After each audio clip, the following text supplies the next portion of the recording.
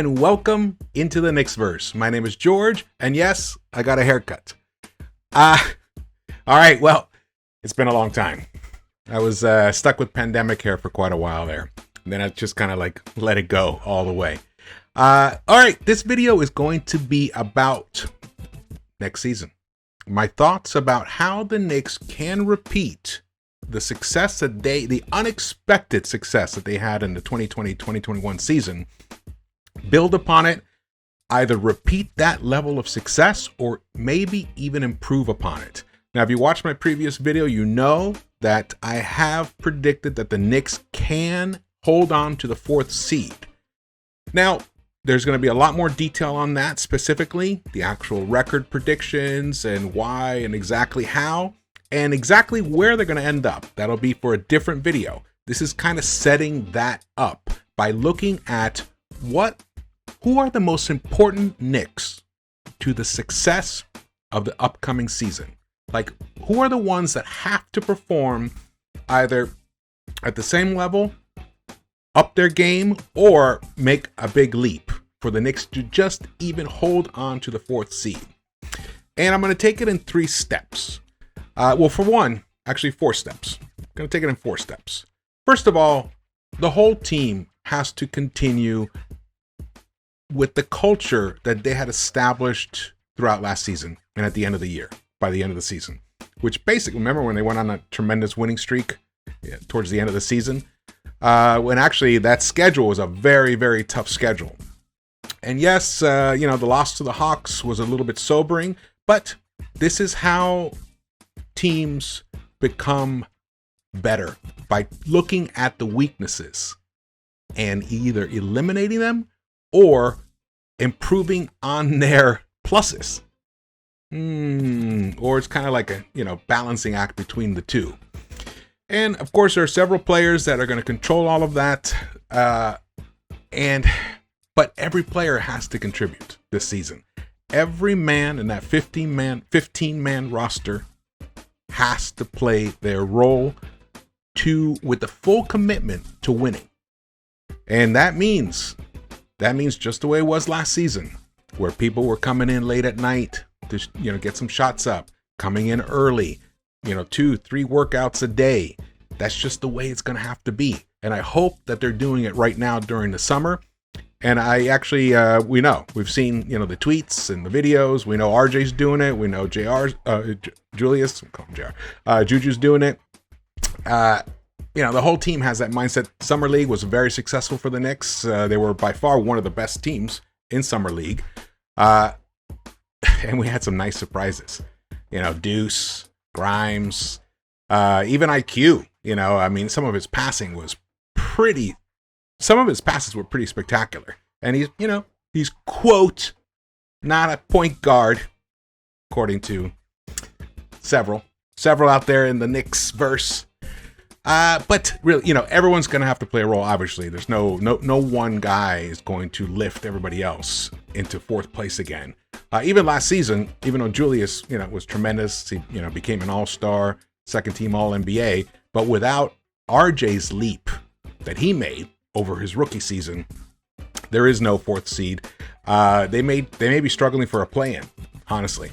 If RJ had repeated the same type of performance that he had given the team during his rookie year in his sophomore season, I don't see anywhere near the 4th seed at all. In fact, I probably see the team collapsing in a lot of ways. So I'm kind of tipping my hand a little bit. I'm tipping my hand on who are going to be the most instrumental Knicks for the 2021-22 season. And I'm going to focus on a combination of players. First, these two guys, obviously. The team, this is the biggest difference. A year ago, both of these guys were on other teams. In fact, they're still wearing their former team's uniform. Derrick Rose is in the Detroit uniform. Kemba's in his Celtics uniform. These are the player biopics that you get from NBA.com. They haven't even been updated yet. That just shows. What did we have? We had Elfrid Payton and Dennis Smith Jr. Those were our point guard. That was our depth chart. And we had Frank Ntilikina. And, Quickly was, he was a rookie. We didn't know what he was going to give us because we had no Summer League last season. So we had no idea. Look at that. So those two, they have a big, big, big history. And unfortunately, they share another history that's not so great, which is their health. Their knees. Their knees are probably one of the top 3 most important things for success for the Knicks next season. If those knees of these two guys can hold up for an entire season and through the playoffs, the Knicks will hold on to the 4th seed. I just don't see how they wouldn't, honestly, if those knees hold up. And if they perform at the level that, now we're not, of course, can Kemba return to his all-star level of 2 seasons ago? It's possible.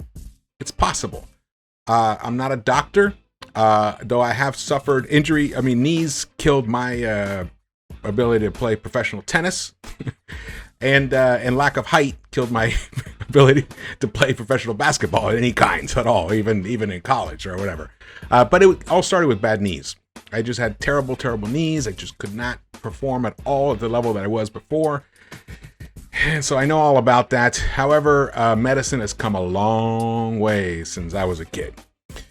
So I think it's possible that with the stem cell injections and the treatments and being being mindful of the minutes, that these two guys can basically give us between the two of them, an all-star level-ish lead point guard between the two of them throughout the whole season. That's the hope and the wish. Actually, that's the vision I'm sure that the Knicks front office have. So let's see. I think without them, no, we're kind of cooked. But let's put it this way. We're not necessarily cooked for getting back to the playoffs, but we're cooked for holding on to the 4th seed. That's what I'm saying. The next 2 guys, now I've paired these 3 tiers. All right, this is the tier, the tier 1, the bottom of the pyramid. If you want to look at it that way, that's not a good metaphor either because we're going in tiers of 2. But the base level is every player has got to perform and deliver what's expected of them and beyond next season. So I already established that these 2 are instrumental, and the next 2, of course, I already talked about them. We don't get anywhere without both of them at least delivering at least a season that is comparable to the season that they just gave us. Now, what is the probability of that? I will say this. The probability, if you remove any potentiality for injuries, let's remove them. And that's actually one of the main advantages that the New York Knicks, that we fans have, is that our 2 dudes, man, they are workhorses. And they do not get injured easily. In fact, RJ didn't miss a game all last season, and Julius only missed 1. Julius played the most minutes, and I believe RJ finished 2nd or 3rd in the entire NBA. So we have very durable, top-level players as starters. That's a huge advantage. Now, the other reason I think that what we saw last season, it wasn't a fluke, is because with Randle, it came from hard work. Plain and simple. And nothing's changed there. Nothing at all. Now, we saw that Atlanta was able to disrupt his game in the playoffs, but we've countered that by bringing in more shot creation, playmakers, better shooting all around. We lost a little bit on defense, but not much. And in fact, both of these 2 guys are going to improve defensively. Actually, if it weren't for Julius's defense last season, he doesn't make it to the All-NBA team.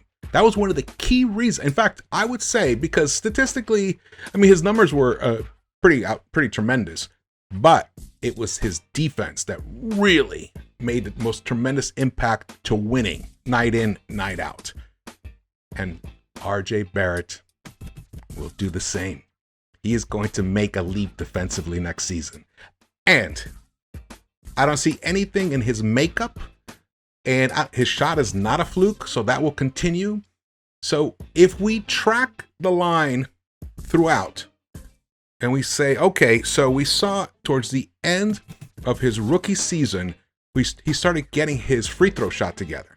And his outside shooting was starting to show a little bit of something. And then what happened the next season? He built upon that. He leveled up. All right. Well, this season, I see his mid-range game making that same kind of step up, and his finishing at the rim. If he improves even just marginally in those two areas, we have a sub all-star player. We have just the guy who can kind of just miss the cut for an all-star selection next season. So, I really don't see it going any other way. And Julius, man, of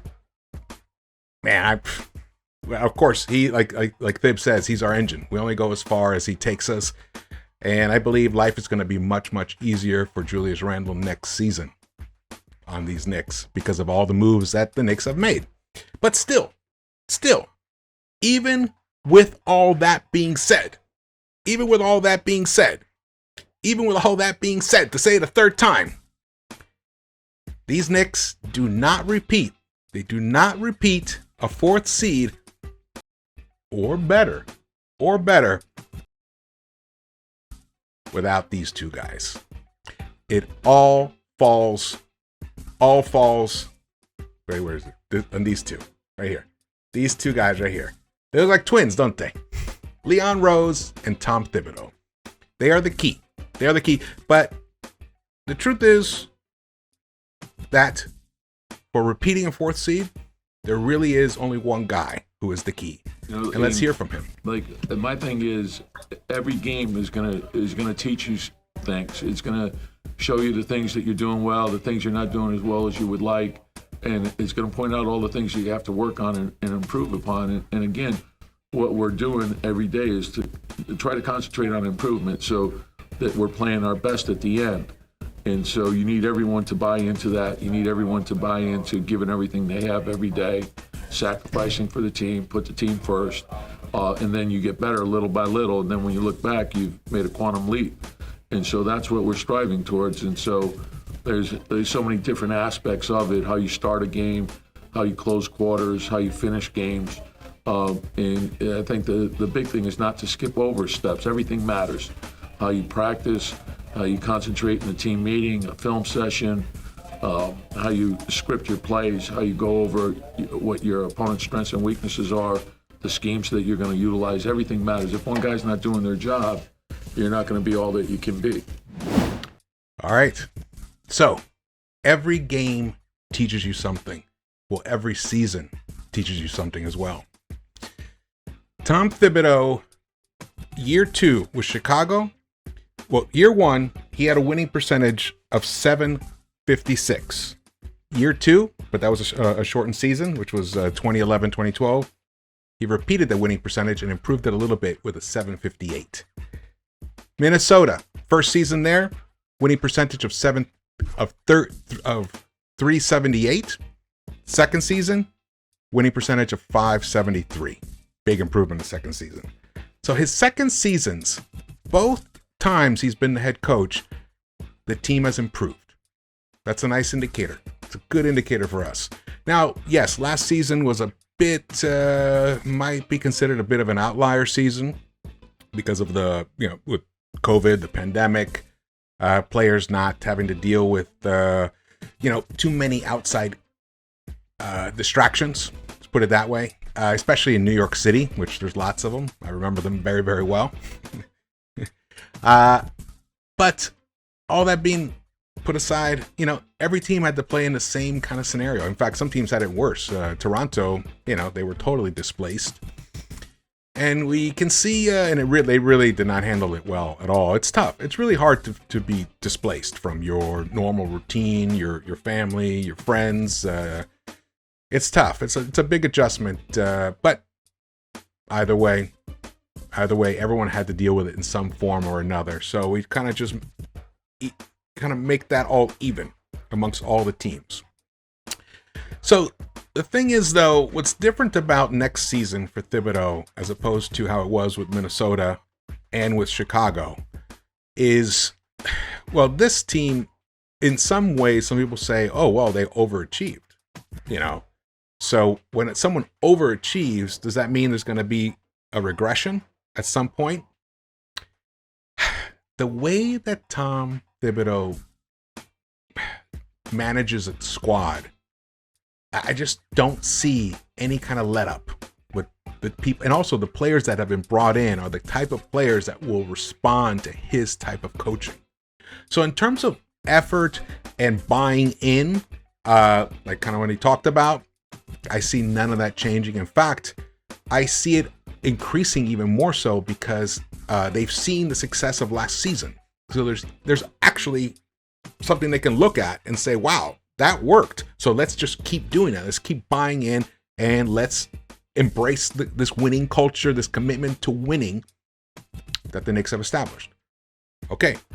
But for the Knicks to make that, I mean, in some ways, to avoid the regression, Tom Thibodeau needs to continue his evolution as an NBA coach.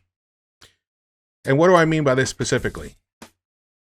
Tom Thibodeau, I think, and he's intimated this in the past, where he likes to say, oh, I like to see what the situation is, you know, what decision I'm going to make here and there. Now, he was slow, very slow in making changes last season. You know, the Elfrid Payton situation, for example. That's one that should never have gone as long as it did at all. But to give him credit, he gave Quickly a really serious look. I mean, Quickly averaged about 20 minutes a game last season. That was, you know, he was a rookie. He was a 25th pick. Give him 20 minutes a game. And his 8th pick, he only averaged about 11 minutes a game. So it just shows how he's a little bit, you know, but at least he did give the rookies a chance. He gave them a chance. So got to give him props for that. He's got to continue doing that. Tom Thibodeau has to approach next season. He really has to look at game by game. I don't think you have a set 5 starters every night, night in, night out. I know it's hard in the NBA to do this, but if there's a coach out there who can get his players to buy in and say, you know what, there are no set starters on this squad. Night in, night out, we are going to select the players that we feel give us the best chance to win against that opponent every night. Now, actually, that is going to end up being where there's going to be 5 guys that get the predominant amount of starts, but not every night. Because sometimes we're going to come up against teams that small ball is the way to go. And then, in that scenario, you know what I'm going to say? You start Obi at the 5. Obi, Randle, Fournier, RJ, and Kemba, but maybe not Kemba. No. Maybe we start somebody else. Maybe we start Rose. So this is the kind. What I want is for Tom Thibodeau to embrace flexibility with his rotations, where in essence everybody becomes situational. That will be the key. That will be the key to repeating last season's success in 2021 and 2022. All right. Well, if you enjoyed I got a lot more stuff coming for you guys, and I will be on live on Sports Vibe TV with my buddy Keese. We're going to be chopping it up. So that'll be fun. Definitely tune in there. And, subscribe, thumbs ups, turn on the notification bells, and let's go Knicks. Man, am I hyped. I am so hyped for next season. October 20th cannot come around soon enough. All righty. Well, this is for you, JD. I will see you around the Knicks-Verse.